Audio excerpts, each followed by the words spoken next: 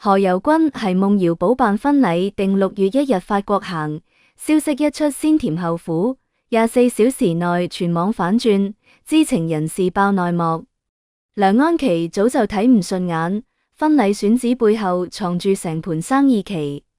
講真，如果你前日仲喺度感嘆何猷君同奚夢瑤呢對神仙眷侶終於要補擺喜酒，今日再翻開評論區，保證你會以為自己睇錯新聞。5月29號，何猷君正式官宣6月1日法國補辦婚禮，消息一出即刻衝上熱搜第一，網民清一色送祝福，話呢個遲咗7年嘅承諾終於兌現，浪漫到爆。點知唔夠24個鐘，風向即刻180度大轉彎，由滿屏粉紅泡泡變成滿屏口水，焦點全部集中喺一個問題上面：點解又係去法國？點解豪門明星結婚永遠都係外國月亮比較圓？呢個問題一拋出嚟，成個網絡即刻炸鍋。而比起網民嘅情緒反彈，真正值得深究嘅係呢場婚禮背後，何家上下到底打緊咩算盤？據本報獨家獲悉，呢場婚禮其實早喺去年年底就已經開始秘密籌備。何猷君親自飛法國3次選址，最終敲定嘅場地位於法國南部普羅旺斯區一間私人酒莊，可以容納約150位賓客。場地租金加上佈置費用，保守估計超過8位數字港元。有接近何家嘅知情人士同本報透露，何猷君堅持要喺法國擺酒，原因絕對唔單止係浪漫咁簡單。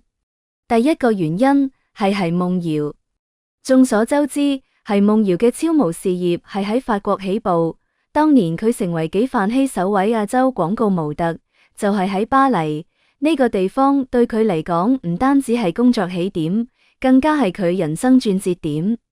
何猷君好清楚呢一點，所以佢特登選喺法國，等奚夢瑤可以喺自己事業起步嘅地方完成人生最重要嘅儀式。呢個心思其實好細膩，但係呢個只係表面原因，真正嘅核心係何猷君自己嘅生意版圖。知情人士爆料，何猷君旗下嘅電競公司 NIP 近年一直喺度大力拓展歐洲市場，而法國係歐洲電競產業嘅核心陣地之一。選擇喺法國舉辦一場全網關注嘅婚禮，等於借住自己同奚夢瑤嘅影響力，幫自己嘅品牌打入歐洲市場。呢場婚禮嘅贊助商名單裏面有2家係歐洲電競相關企業，雖然對外從未公布，但業內人士都心知肚明。換句話說，呢場婚禮表面係愛情故事，實際上係一場精心設計嘅商業 show。有傳媒圈朋友同我講，何猷君團隊早就同多家歐洲媒體達成合作協議，婚禮當天會有專門嘅國際媒體團到場報道。呢個待遇一般明星根本拿唔到。不過網民睇穿嘅，恰恰就係呢層意思。有網友犀利留言話，何猷君平時靠國內市場賺錢，電競直播、綜藝節目、社交媒體，邊樣唔係收割國內流量？結果到咗自己人生最重要嘅時刻，就飛去法國搞浪漫，呢種割裂感先係令人最唔舒服嘅地方。其實唔止何猷君，近年黃曉明、唐嫣、楊冪，甚至前段時間好多內地明星都係喺國內擺酒，反響都好好。反而一到豪門或者所謂國際假，就特登要飛去巴厘島、法國、新西蘭，好像唔去外國就唔夠檔次一樣。呢種心態說白了就係一種深層嘅文化不自信，而網民嘅反感本質上係對呢種商標嘅集體反彈。講完外界爭議，再講返何家內部嘅真實狀況。好多人以為奚夢瑤加入何家之後就係一帆風順，實際上呢段婚姻開局艱難到你想象唔到。本報早前曾經從何家內部人員口中了解到，梁安琪當年對奚夢瑤嘅態度，用冷漠嚟形容都算客氣。何猷君第一次帶奚夢瑤返何家大宅見家長，梁安琪全程幾乎冇同奚夢瑤講過一句話，眼神都唔多給一個，場面尷尬到何猷君自己都忍受唔住，事後同朋友抱怨話媽咪態度太冷淡。而更加現實嘅係，梁安琪喺兩人交往初期就已經派人去上海做背景調查，又係夢瑤嘅工作經歷、過往感情史到個人口碑，全部查得清清楚楚。呢個操作在豪門裏面叫做驗貨，說好聽係謹慎，說難聽就係下馬威，意思係你想入我何家門，先要過我呢關。有知情人士同本報講，梁安琪當年對係夢瑤最大嘅不滿係覺得佢出身唔夠格。雖然係夢瑤係國際超模，但係喺梁安琪眼中，模特始終係模特，同何家嘅門第相差太遠。而且係夢瑤之前同何猷君拍拖嘅消息傳出嚟之後，外界一直有聲音話係夢瑤係靠何猷君上位，呢啲傳聞梁安琪全部都聽到耳仔入面，對係夢瑤嘅印象更加大打折扣。所以係夢瑤懷孕期間一直住喺香港酒店，從未入住過何家大宅。呢個安排表面上係方便照顧，實際上係梁安琪刻意保持距離。直到係夢瑤生下長子何廣新，情況先開始有轉機。何家送咗一套價值5億港元嘅豪宅俾係夢瑤，但係房產證上面只有何猷君一個人嘅名。呢個安排好明顯係何家嘅一手操作，意思係份物業係何家俾嘅，你係夢瑤只係居住權，沒有所有權。呢個細節當時被傳媒挖出嚟，引發好大爭議。但何家從來沒有正面回應過。真正令梁安琪對係夢瑤改觀嘅轉折點，係夢瑤生咗第二胎女兒之後。知情人士透露，梁安琪當年對係夢瑤只有一個要求，就係再生多一個。呢個要求喺豪門裏面好正常，但係對係夢瑤嚟講壓力好大，因為佢剛生完第一胎，身體都未完全恢復。但係夢瑤二話不說就答應咗，而且產後恢復速度極快，第2年就已經重新返到國際 T 台。呢份拼勁同配合度，先係真正打動梁安琪嘅關鍵。梁安琪後來喺公開場合多次講係夢瑤懂事、情商高，甚至話自己多咗一個女。呢個評價喺何家裏面已經係最高級別嘅認可。而真正令係夢瑤喺何家地位徹底鞏固嘅，係2024年發生嘅兩件事。第一件，梁安琪送咗一艘價值46億港元嘅豪華郵輪俾係夢瑤，呢個禮物喺何家歷史上面都算罕見。梁安琪從來未試過對任何一個兒媳婦做出呢種級別嘅饋贈。第二件，係夢瑤主動報讀價值88萬港元嘅 EMBA 課程。呢個舉動被外界解讀為係夢瑤準備正式接手何家部分產業。結合呢兩件事來睇，係夢瑤早已唔係當年嗰個小心翼翼嘅外來媳婦，佢已經係何家核心圈層嘅一員，而且係梁安琪親自選定嘅接班人之一。再講返何猷君呢個人，好多人覺得何猷君係靠老豆何鴻燊嘅名聲先有今日，但實際上佢自己都好有野心。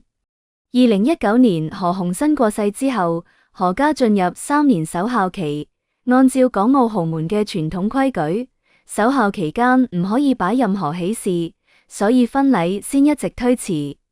但係何猷君喺守孝期完結之後，並冇即刻補辦婚禮，反而用咗幾年時間去籌備，期間仲多次公開講一定要俾係夢瑤一場最完美嘅婚禮。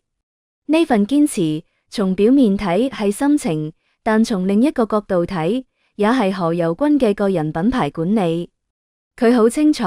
一場高規格嘅婚禮可以帶來幾多流量同曝光，對佢嘅電競生意同個人 IP 都有巨大幫助。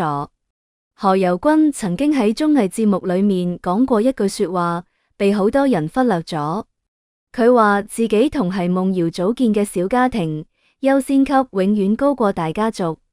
呢句說話當時好多人覺得好甜蜜，但係有知情人士分析，呢句話其實係何猷君講俾梁安琪聽嘅，意思係媽咪你唔好再干預我同係夢瑤嘅生活，我嘅家庭我自己話事。呢種表態喺豪門裏面其實好大膽，因為等於公開同家族傳統唱反調。但何猷君敢咁講，背後係因為佢自己有生意、有收入、有話語權，唔係純粹靠家族養活嘅二世祖。呢一點係佢同其他豪門二代最大嘅分別。回到呢場婚禮本身，除咗法國主儀式之外，何家仲安排咗9月喺澳門舉辦一場家族答謝禮。呢場答謝禮先係真正嘅重頭戲，主要面向何家親友同商界夥伴。據透露，到時候到場嘅嘉賓陣容會非常豪華，港澳兩地嘅政商界名流雲集，何家幾房人馬都會出席。呢場答謝禮嘅規模同6月1日法國場完全唔同一個級別。如果說法國場係浪漫愛情故事，澳門場先係豪門實力嘅集中展示。有消息指，梁安琪對9月嘅澳門場非常重視，親自過問每一個細節，包括菜單、座位安排、伴手禮，全部都係佢一手拍板。而最令人感慨嘅係夢瑤呢7年嘅轉變。從一個被豪門冷待嘅外來媳婦，到如今坐 C 位、修郵輪、讀 EMBA， 同婆婆行街睇波，呢條路走得一點都不容易。有圈內人同本報講，係夢瑤最厲害嘅地方，唔係佢嘅模特身材或者超模光環，而係佢嘅忍耐力同情商。面對梁安琪嘅冷淡、外界嘅質疑、豪門嘅規矩，佢從來沒有公開抱怨過一句，永遠都係低調配合，默默付出。呢種性格喺娛樂圈裏面其實好罕見，因為大部分明星都係有脾氣就發，有委屈就講，但係夢瑤從來都唔係。佢用7年時間，一步一步贏得咗何家上下嘅認可，呢個過程比任何一場婚禮都更加有說服力。所以當網民因為婚禮選址法國而群情激憤嘅時候，其實係夢瑤同何猷君可能根本唔太在乎，因為佢哋兩個都好清楚，呢段婚姻嘅穩固從來都唔係靠一場婚禮來證明。7年時間，兩個仔女，婆媳和睦，事業共進，呢啲先係真實嘅東西。婚禮只係錦上添花，有當然好，冇都唔影響大局。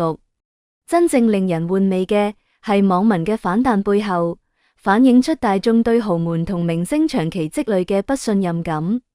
你平時靠我哋賺錢，到你人生高光時刻就飛去外國，呢種感覺就好似你請人飲宴，結果擺酒擺去隔離村，叫人點唔嬲？呢場婚禮最終會點收場？相信好快就會有答案。但有一點可以肯定，何猷君同係夢瑤呢對夫妻，遠比外界想象中更加聰明同務實。佢哋知道自己要咩，亦都知道點樣去拿到。至於外界點睇，始終都係局外人嘅事。